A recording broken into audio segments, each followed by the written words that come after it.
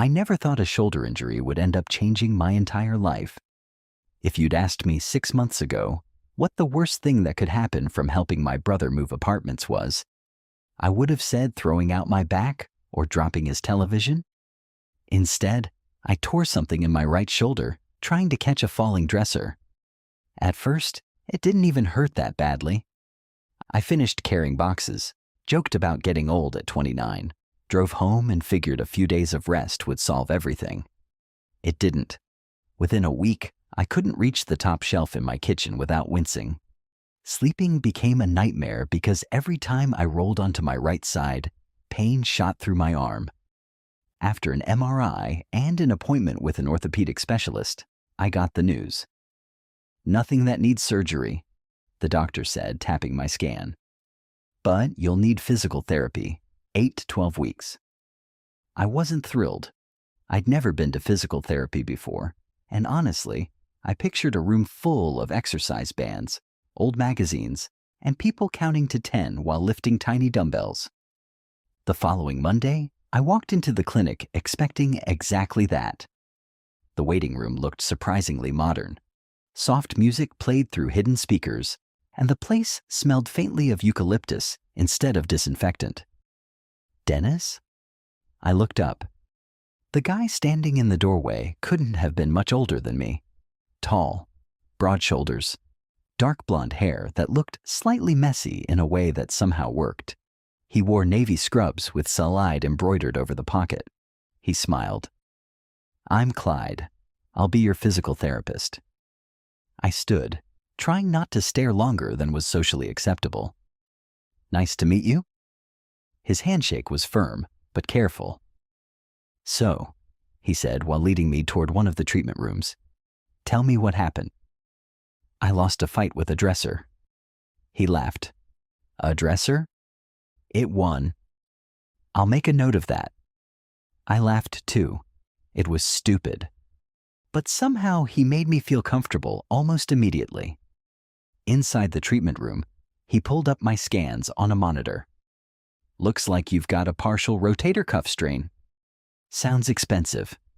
"It mostly sounds annoying?" "That's accurate." He rolled his stool closer. "I'm going to test your range of motion first. Let me know if anything hurts." I nodded. He gently lifted my arm. The second it reached shoulder height, I took a sharp breath. "There?" "Yeah." He immediately lowered it. "Sorry." "No, that's my job. Yours is telling me when it hurts." His voice was calm, patient. Nothing felt rushed. For nearly 40 minutes, he tested strength, flexibility, and posture, explaining every exercise instead of just telling me what to do. By the end of the session, my shoulder actually felt a little looser. "How's it feel?" he asked. "Better than when I walked in." "Good. It'll probably ache tonight." "You're really selling this." He grinned. I like setting realistic expectations. Before I left, he printed out a sheet of home exercises. "If you actually do these, you'll make my job easier." "I'll think about it." "You won't." "I probably won't." I knew it. I found myself smiling the entire drive home, not because my shoulder felt better, because Clyde was easy to talk to, friendly without feeling fake, professional without being cold. I figured I'd see him twice a week, finish therapy, and move on with my life. Simple. At least that's what I thought. 2 weeks later, therapy had become the most consistent part of my schedule. Every Tuesday and Friday at 4. Every session started the same way. "How's the shoulder?" "Slightly less broken." "We're making progress." He'd guide me through stretches, massage the tight muscles around my shoulder blade, then have me work through strengthening exercises. Sometimes we'd talk about sports, sometimes movies, sometimes absolutely nothing important.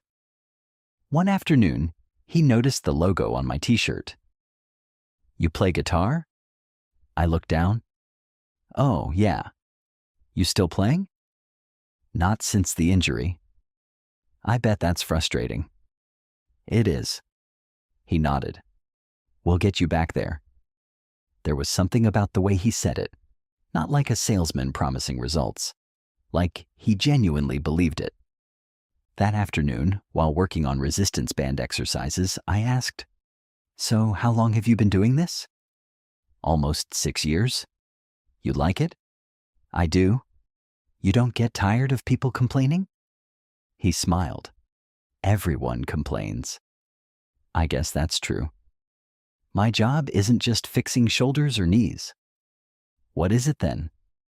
"Helping people get pieces of their lives back." For some reason, that answer stuck with me. As I packed up to leave, the receptionist called after him. "Clyde, your 5 o'clock canceled." He looked relieved. "Guess I get to leave early." "Lucky." He smiled at me. "See you Friday, Dennis." I walked out of the clinic, realizing something that made me stop halfway to my car. I was looking forward to Fridays now. Not because therapy was helping, because I genuinely enjoyed seeing Clyde, and that realization made me more nervous than I wanted to admit. By the 4th week, my shoulder was improving. Slowly, I could finally reach into the kitchen cabinets without making a face, and I was sleeping through most nights again. It wasn't perfect, but it was progress. Clyde seemed almost as happy about it as I was. "Let's check your range again," he said one Friday afternoon. I raised my arm. "Huh. What?" "That's almost 20 degrees better than last week." "Seriously?" He smiled. "I told you those home exercises mattered." "I'll never admit you were right." "You just did." "No, I definitely didn't." He laughed, making a note on my chart. I'd started noticing little things about him over the past month. He always arrived 10 minutes early. He drank black coffee that somehow never seemed to get cold. He absent-mindedly tapped his pen against his clipboard whenever he was thinking. And no matter how busy the clinic got, he never made me feel like he was rushing through our appointments. That afternoon, while I was working through rows with a resistance band, he asked, "So, what do you actually do for work?" "I'm a graphic designer." "Oh?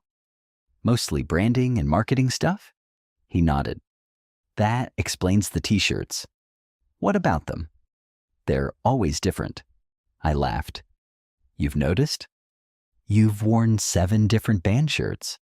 "I didn't realize anyone was keeping track." "I spend an hour with you twice a week." "Fair point." He leaned against the counter. "So, favorite band?" I told him. He immediately shook his head. "Wrong answer." "Oh? Terrible choice." "You've got terrible taste." "I have excellent taste." For someone who clearly doesn't.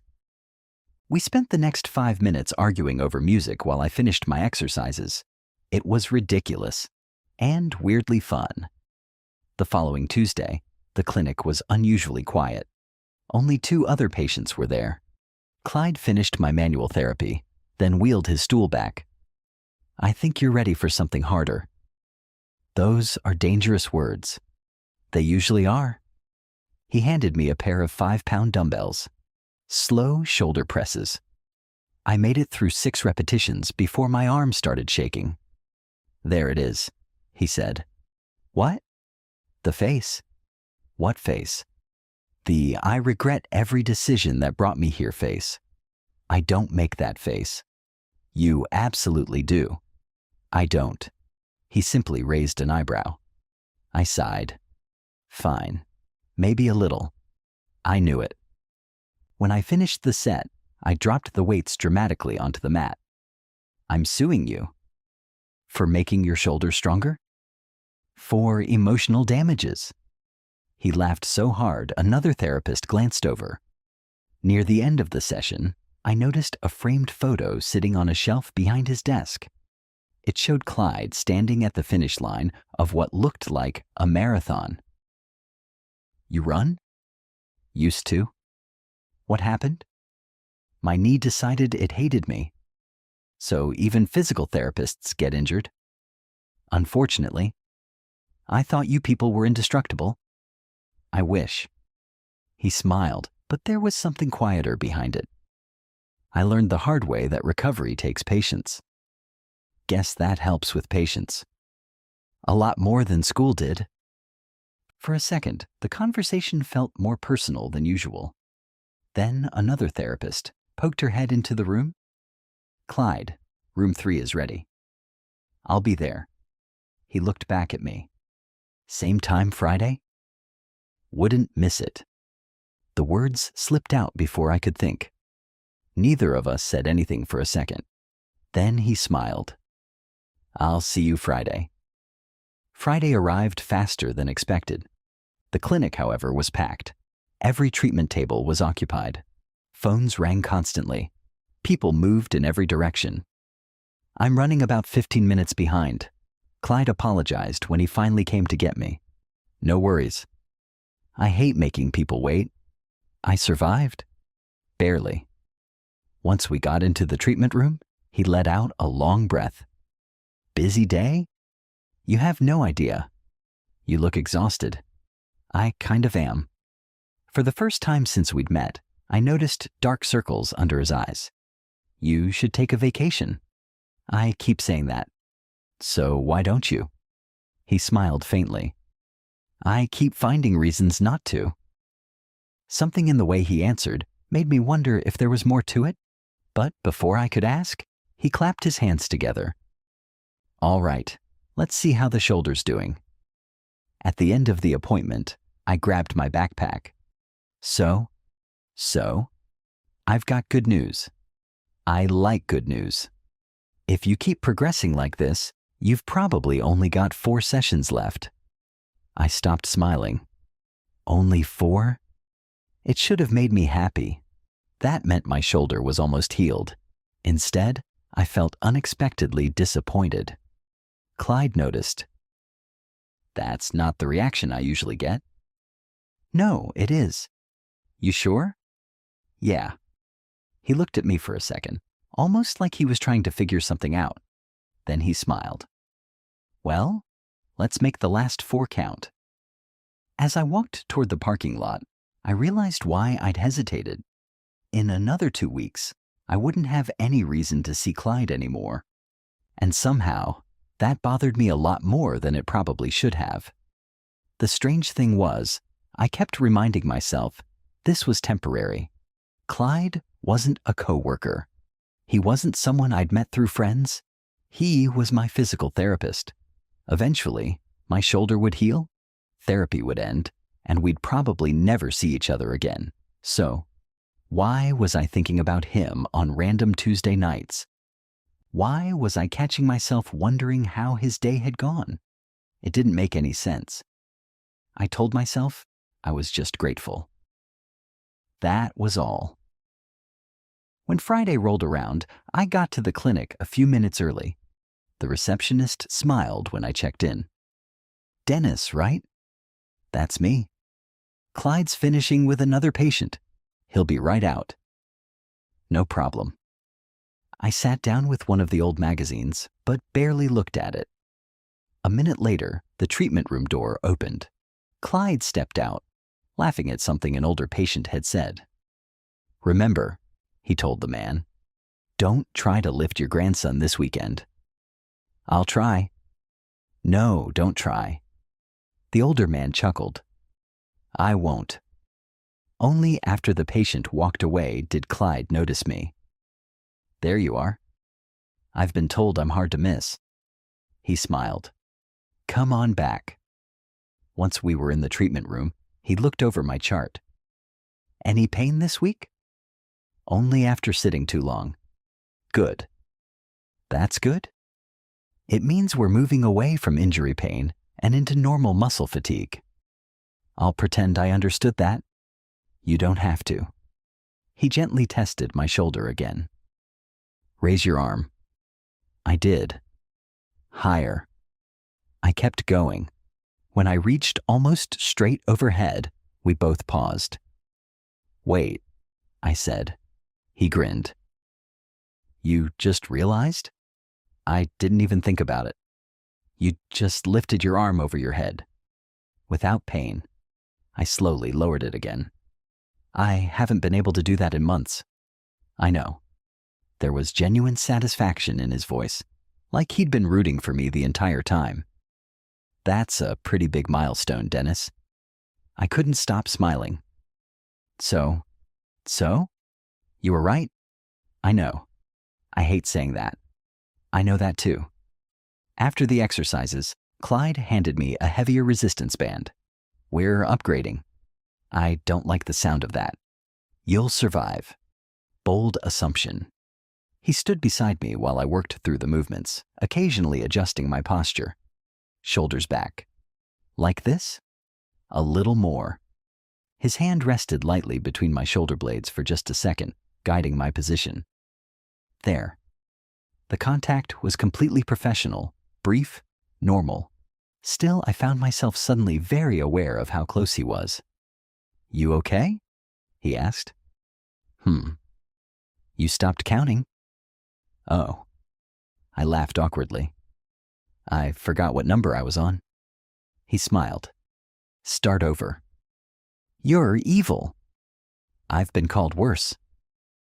As I packed up to leave, rain started hammering against the clinic windows. Well, I said, looking outside.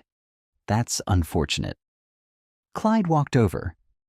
I didn't even know it was supposed to rain today. I left my umbrella at home. So did I. We stood there for a second, watching people sprint through the parking lot. You parked close? He asked. Not even remotely. Same. The rain somehow got even heavier. You know, he said, I think I've got one of those giant golf umbrellas in my car. You do? I think. You don't sound confident. I honestly haven't looked in months. He disappeared through the staff hallway. A minute later, he came back holding an enormous black umbrella. He held it up triumphantly. I knew it. You actually found it. I surprise myself sometimes. He opened it. You parked this way? Yeah. So did I. For a split second, we both hesitated. Then he shrugged. Might as well share. The umbrella was definitely made for golf. It was big enough to cover both of us comfortably. Still, walking side by side through the rain felt strangely nice. I always forget how loud rain is, I said, until you're standing under an umbrella. Exactly. We reached my car first. Well, I said. Well, thanks. No problem.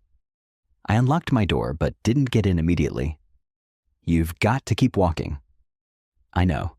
He smiled. I'll see you next week. I watched him head toward the opposite end of the parking lot before climbing into my car. As I started the engine, I caught myself smiling again. It was ridiculous. We'd shared an umbrella for maybe 2 minutes. That was it. And somehow it had become the highlight of my day. The following Tuesday, I walked into the clinic carrying a small paper bag from the bakery across the street. Clyde looked up from his computer. What's that? I passed the bakery. Okay. So I bought extra. You bought me food? It felt rude not to. He blinked. You didn't have to do that. I know. He opened the bag. Inside were 2 blueberry muffins. His face lit up. My favorite. You've mentioned that before. I did? Twice. He laughed softly. I didn't think anyone remembered. I guess I do. For a moment, neither of us spoke. Then he looked at me with an expression I couldn't quite read. Thank you, Dennis. It wasn't just polite. It sounded genuinely touched. The rest of the appointment felt lighter than usual. We joked through the exercises, argued about another playlist. He insisted my music choices were questionable. I informed him he simply lacked culture. When the session ended, he glanced at my chart again. 2 appointments left. There it was again, that strange disappointment. I nodded. Yeah. Clyde looked like he wanted to say something else. Instead, he simply smiled. I'll see you Friday. As I left the clinic, I couldn't shake the feeling that neither of us was looking forward to therapy ending. I just wasn't sure if I was imagining that, or if Clyde felt it too. Friday came faster than I expected. For the first time since starting therapy, I caught myself wishing my shoulder had healed a little more slowly. That thought alone made me laugh. Who actually wanted to stay in physical therapy? Apparently, me. Or maybe it wasn't the therapy I wanted. Maybe it was the person waiting at the end of the hallway every Tuesday and Friday. I tried not to think too hard about that. When I walked into the clinic, Clyde was already waiting by the treatment room door. "You're early." "So are you." "I've got a gap before my next patient." "Lucky." "Very." As usual, he started by checking my shoulder. "Any pain?" "Almost none." "Let's see." He guided my arm through every direction, up, out, behind my back. Then he stepped away with an approving nod. "I honestly don't have much left to fix?" "That's good news." It is. Even though neither of us sounded especially excited, the exercises went by quickly. I was lifting more weight than ever, and for the first time, my shoulder felt strong instead of fragile. "You've been keeping up with everything at home," Clyde said. "I figured I'd make your life easier." "You actually did."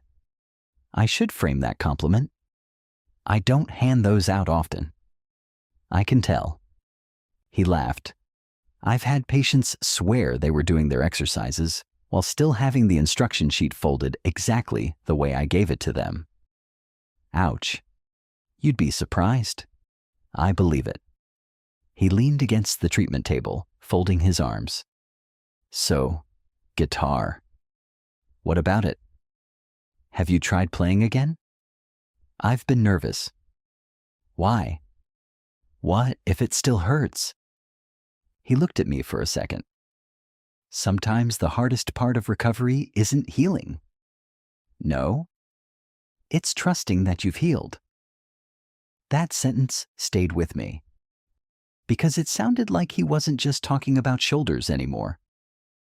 Near the end of the appointment, another therapist walked into the room. "Clyde, did you already eat your muffin?" He pointed toward the empty wrapper in the trash. "Guilty."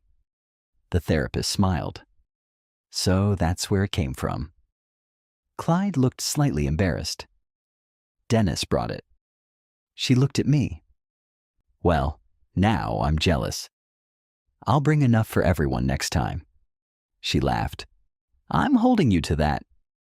After she left, Clyde rubbed the back of his neck. "Sorry." "For what?" "Now everyone's going to tease me." "About muffins?" "They don't need much." "I'll accept full responsibility." "I'm glad someone does." As I gathered my things, Clyde checked the schedule on his tablet. So? Your last appointment is Tuesday." There it was, the end. I nodded. "Looks like it. If everything checks out, I'll discharge you." The word sounded oddly final. Discharge, like a door quietly closing. Tuesday arrived, my final appointment. I almost canceled, not because my shoulder hurt, because I wasn't ready for it to be over.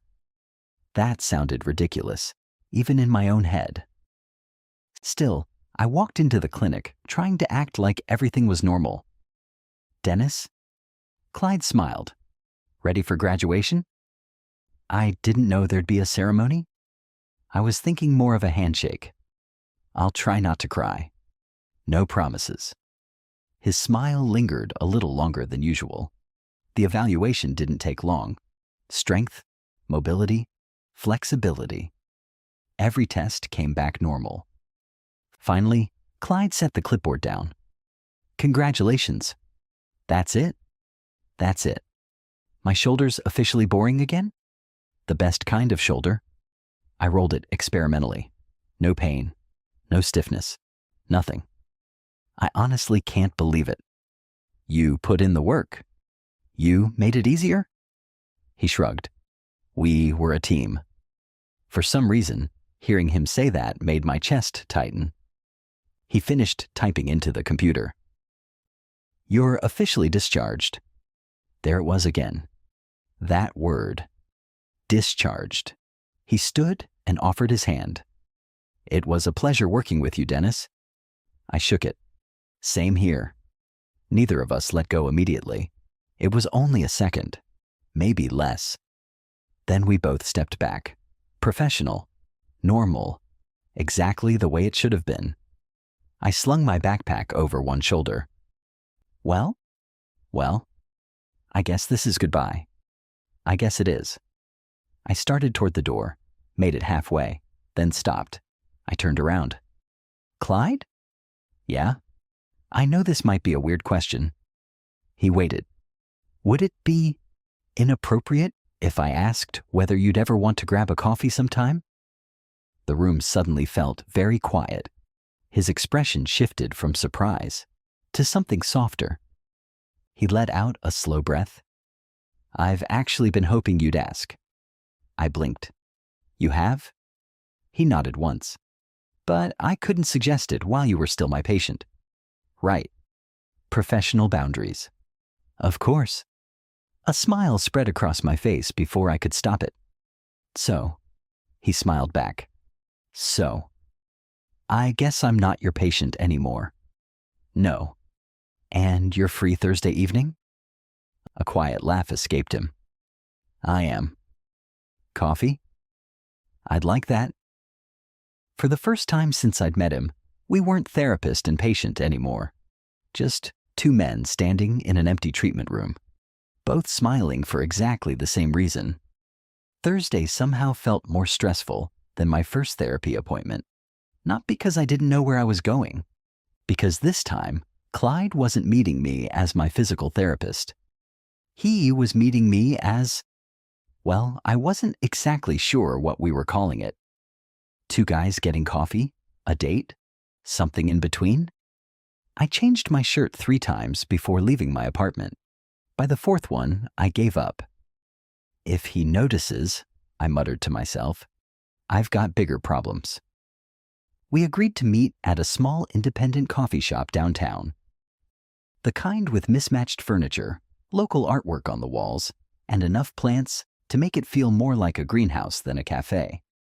I got there first. Barely. A minute later, the front door opened. Clyde walked in, wearing dark jeans, white sneakers, and a light blue button-up with the sleeves rolled to his forearms. It was the first time I'd ever seen him outside the clinic, without scrubs, without a clipboard, without the professional distance we'd both carefully maintained for 2 months. He spotted me and smiled. "There you are. I was starting to think you'd changed your mind?" Not a chance. That answer made my nerves settle almost instantly. Once we had our drinks, we found a table near the window. For a few seconds, neither of us spoke. Then Clyde laughed. "This is weird." "It kind of is. In a good way." "I was hoping you'd say that." He leaned back in his chair. "I have to admit something."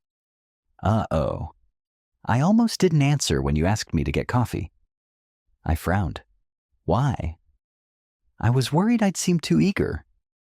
I laughed. "I spent the entire drive here wondering if I'd completely misread everything." "You did?"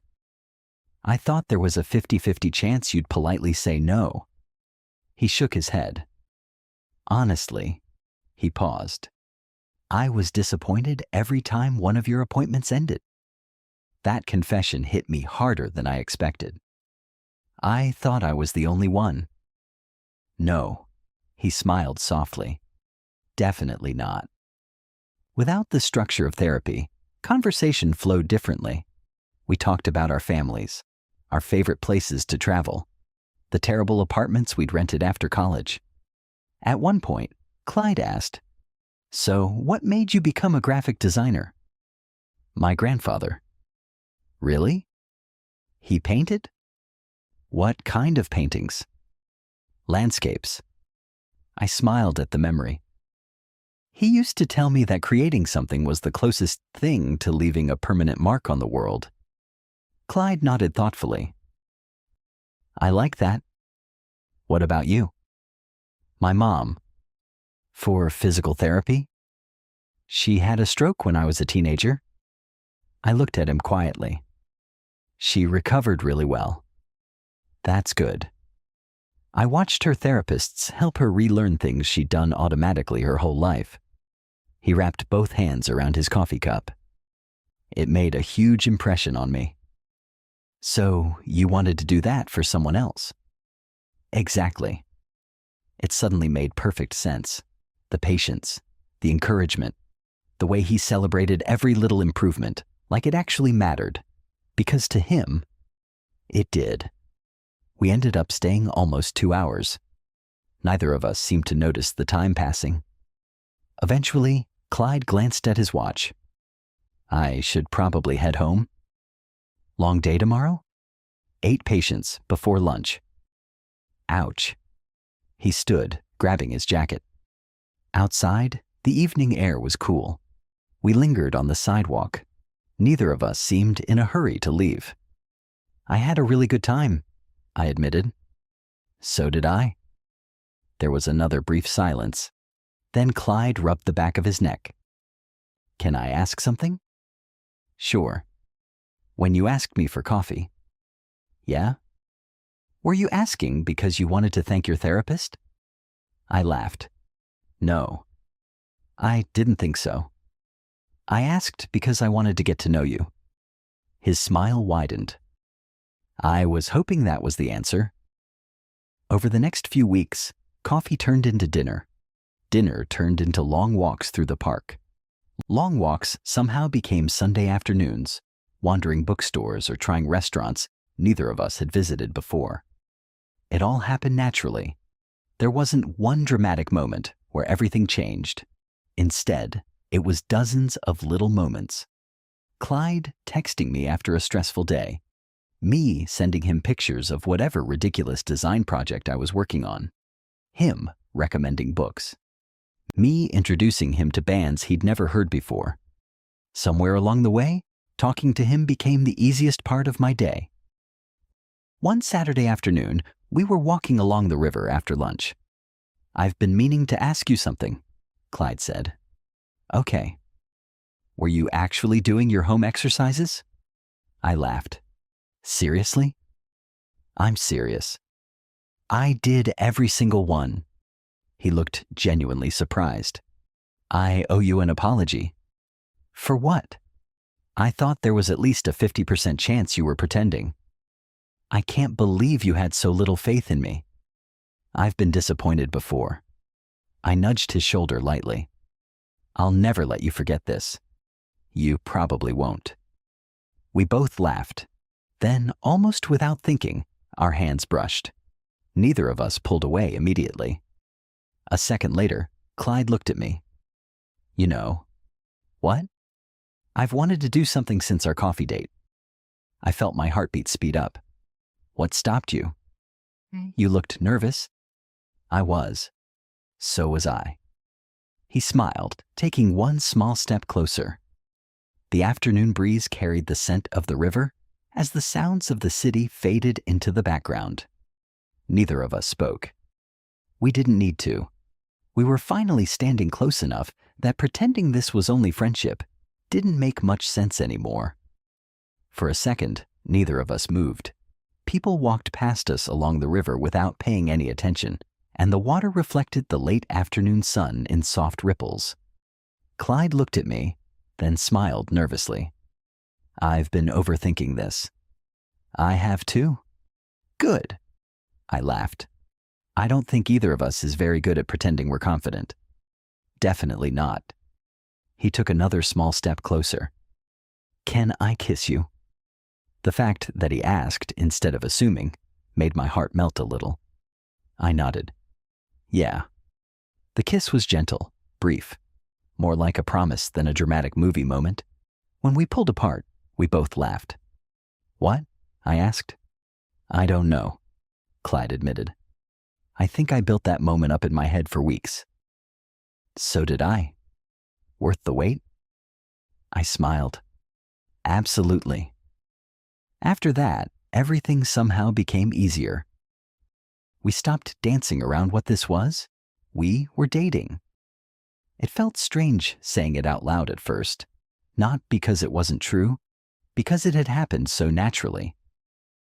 One evening, about a month later, we were making dinner together at my apartment. Well, I was making dinner. Clyde was supposedly helping. You call that chopping? He looked down at the uneven vegetables on the cutting board. They're all eventually going to the same place. That's not the point. They're bite-sized. They're random-sized. He grinned. I prefer artistic. I knew there was a reason I shouldn't have let you near the knife. You sound just like my mom. I think your mom has excellent judgment. He laughed and bumped my shoulder with his. You know, he said, you're kinda bossy. I'm efficient. That's a nice way to say bossy. Dinner turned out surprisingly good, despite Clyde's creative approach to cooking. Afterward, we ended up on the couch watching an old action movie neither of us was really paying attention to. Halfway through, Clyde muted the television. I've got a confession. Should I be worried? Maybe. He shifted toward me. Remember the day you brought those blueberry muffins? Yeah. I was having one of the worst weeks I'd had in a long time. I looked at him. What happened? My dad had been in the hospital. You never mentioned that. I didn't really talk about it with anyone. He rubbed his hands together. The muffin wasn't a big thing. It was just breakfast. But someone remembered something small about me. He smiled quietly. And on that particular day, it meant a lot. I reached over and took his hand. I wish I'd known. I'm kind of glad you didn't. Why?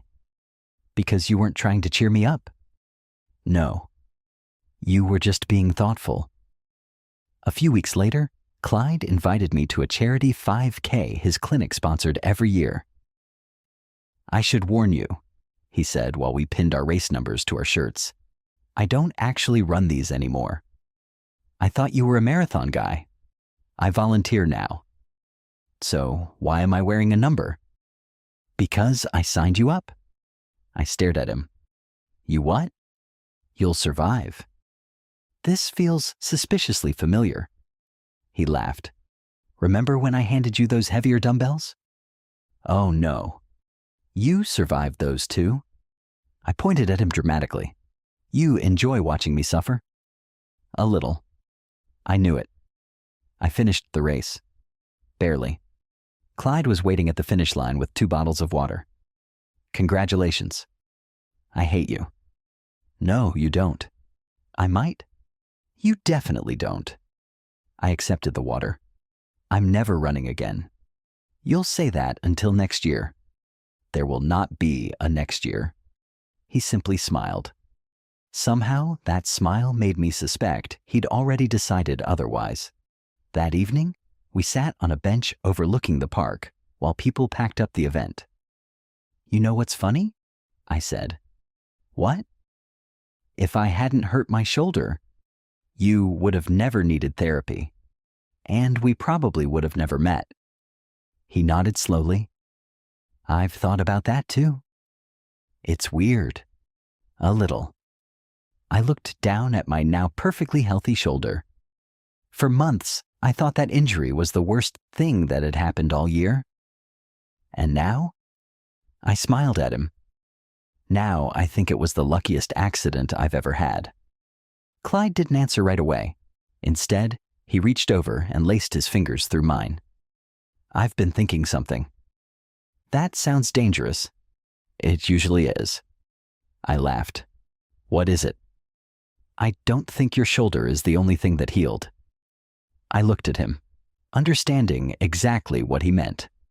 Before meeting Clyde, I'd gotten good at keeping people at a distance.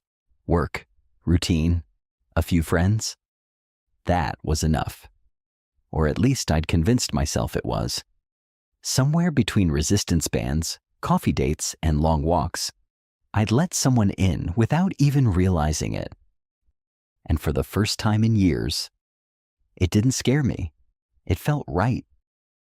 By the time winter rolled around, Clyde had somehow become part of my everyday life, not in a dramatic, whirlwind romance kind of way. It happened through routines. He'd text me good morning before heading to the clinic. I'd send him photos of whatever design project I was pretending wasn't driving me crazy. Some nights we'd cook together. Other nights, we'd order takeout because neither of us had the energy to do dishes. It wasn't exciting in the way people usually describe new relationships. It was better.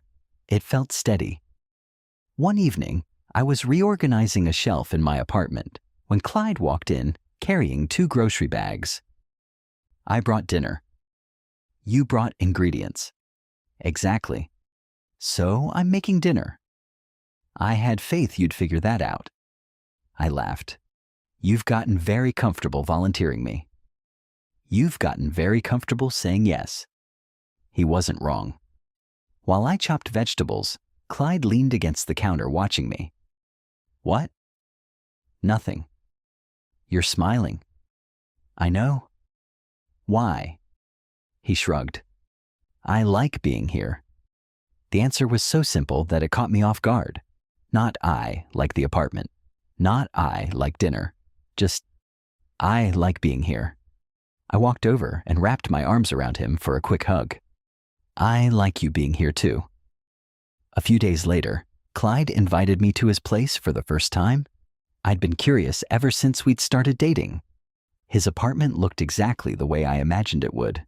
Neat, warm, bookshelves against one wall, plants by every window, a guitar resting on a stand in the corner. You play? I asked. A little. I thought you only ran marathons and fixed shoulders. I contain multitudes. I laughed. Clearly. He noticed me looking at the guitar. Your turn. My turn? You haven't played for me yet. I hesitated. I haven't really, since everything. You told me your shoulder feels completely normal now. It does. Then maybe it's time. I picked up the guitar slowly. For a second, I just held it. Months earlier, lifting my arm into that position would have hurt. Now, nothing. I strummed a few tentative chords, then another. The sound filled the apartment. Clyde didn't interrupt. He simply sat on the couch, listening with a quiet smile. When I finished, he applauded dramatically. I think your therapist did excellent work. I rolled my eyes. He's becoming unbearably confident. I've heard that about him. The holidays came and went faster than either of us expected. One weekend, Clyde invited me to have dinner with his mom. I don't want you to feel pressured, he said while we drove there. I'm mostly worried she'll realize you could have done better. He laughed. She already likes you. She hasn't even met me. I've talked about you. That made me glance over. You have? More than I realized. His mother's house was cozy and welcoming, filled with framed family photos and the smell of something baking in the oven. The moment she opened the door, she smiled. So you're Dennis. I am.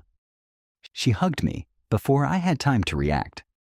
It's nice to finally meet the man who's been making my son smile at his phone. I looked at Clyde. He looked suspiciously interested in the welcome mat. I see you've been sharing stories. I might have mentioned you once or twice. His mom laughed. Try a few dozen times. Dinner felt surprisingly easy. His mom was kind, funny, and completely understood Clyde's dry sense of humor.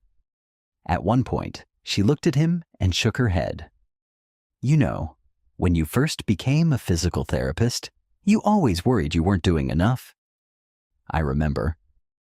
You carried every patient home with you. Clyde smiled sheepishly. I got better. You learned you can't fix everyone's problems. She looked at me. But every once in a while, someone changes your life too. Neither of us said anything. We didn't have to. We both knew exactly what she meant. Driving home later that night, snow began falling lightly across the windshield. Clyde reached over and took my hand. You know? What? My shoulder wasn't actually the biggest thing that changed this year. I smiled. I was thinking the same thing. He squeezed my hand gently. I spent years helping people recover. And I never expected one of them to walk into my life and stay. I laughed softly. I'm glad I did. So am I. As we continued through the quiet streets, I realized something. When I'd first met Clyde, I'd measured progress in degrees of shoulder movement, then in how much weight I could lift. Now, months later, progress meant something entirely different. It meant finding someone who made ordinary days feel important, someone who made home feel a little bigger, someone who reminded me that healing isn't always about what stops hurting. Sometimes it's about discovering what makes your life fuller. And somehow, without either of us planning it, we'd done exactly that. A year later, I found myself standing in the exact same parking lot where Clyde and I had shared an umbrella after one of my therapy appointments. It was raining again. Not nearly as hard as that first day, but enough that people hurried from their cars toward the clinic entrance. I smiled to myself. Funny how an ordinary parking lot could hold so many memories. You're doing it again. I turned. Clyde was walking toward me with that same oversized black golf umbrella. What am I doing? Thinking. You can tell? You get the same look every time? I was remembering. The umbrella? The umbrella. He laughed. I still keep it in my car. I noticed. I wasn't about to risk getting soaked. We started walking toward the entrance together. This time, we weren't therapist and patient. Just two men sharing an umbrella because they liked walking beside each other. The clinic looked exactly the same. The receptionist recognized me almost immediately. Dennis? Hey. She smiled. Shoulder still behaving? So far. Good. She looked at Clyde. He's only visiting today, right? Clyde nodded. He promised not to invent another injury. I make no promises, I said. She laughed. You two are impossible. The reason we were there was simple. The clinic was celebrating its 10th anniversary, and former patients had been invited to stop by for coffee and snacks. As we walked through the hallway, I recognized several treatment rooms. This one, I said, pointing. Clyde smiled. Room 4. I spent a lot of time in there. You complained a lot in there. I complained appropriately. Debatable. We both laughed. Inside the gym area, another therapist waved. So you're Dennis. I guess my reputation survived. Oh, we've heard plenty about you. I looked at Clyde. Really? He suddenly became fascinated by the coffee table. I might have mentioned you. The therapist grinned. Mentioned is one way to put it. I folded my arms dramatically. Interesting. Clyde chuckled. I had to explain why I suddenly liked blueberry muffins even more. You've never let that go. I don't plan to. Later that afternoon, after the event had wound down, Clyde unlocked his office. Come here. I stepped inside. It hadn't changed much. Same desk, same bookshelf, same framed marathon picture. You kept it. What? I pointed to the small framed photo sitting beside the computer. It was us, taken during the charity 5K a few months earlier. We were both laughing at something off camera. I like that picture, he said. So do I. He looked at me with the same warm expression I'd seen countless times over the past year. Only now I understood it. Back then, I hadn't. On the drive home, we stopped at the small park by the river where we'd shared our first kiss. The weather had finally cleared. The rain left everything smelling fresh. We sat on the same bench as the sun began setting. You know, Clyde said, I've been thinking. That's dangerous. I know. He reached into the pocket of his jacket. My heart skipped. What are you doing? Instead of answering, he held up a small velvet box. I stared at it, then at him, then back at the box. Clyde, I had a whole speech planned. You did? It was a good one. What happened? You looked at the box.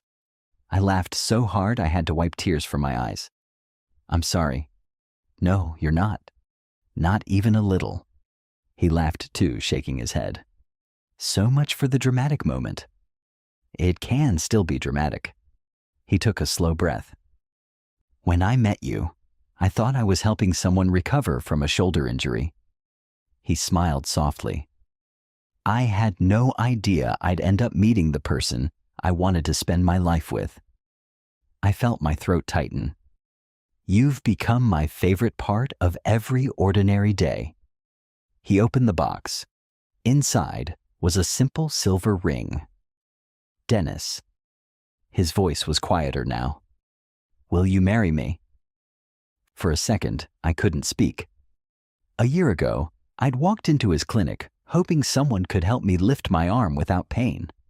I never imagined I'd walk out with someone who would eventually become my home. I laughed through the tears gathering in my eyes. You know, what? I should probably answer before you start worrying. I was already worrying. Good. I smiled. Yes. His eyes lit up. Yeah? Yeah. I didn't completely ruin the proposal? You definitely ruined the speech. I knew it. But you absolutely nailed the important part. He slipped the ring onto my finger. It fit perfectly. Then he kissed me. Long enough for the world around us to disappear. Months later, while helping us unpack boxes in our new home, my brother picked up an old resistance band from the bottom of one of my storage bins. What on earth is this? I laughed. My physical therapy band. You kept it? I did. Why? I looked toward the kitchen. Clyde was humming to himself while making coffee, completely unaware we were talking about him. I smiled. Because it reminds me that sometimes the worst day of your year ends up leading you exactly where you're supposed to be. My brother looked confused. You got all that from an exercise band? No. I glanced toward Clyde again. I got it from the person I met because of it. At that exact moment, Clyde looked over and smiled at me. The same smile that had greeted me on my very first appointment. Only now it belonged to the man I'd chosen to spend the rest of my life with. And every now and then, when my shoulder feels just a little stiff after a long day, I still hear his voice in my head. Recovery takes patience. He was right. He changed my shoulder. But much more importantly, he changed my life.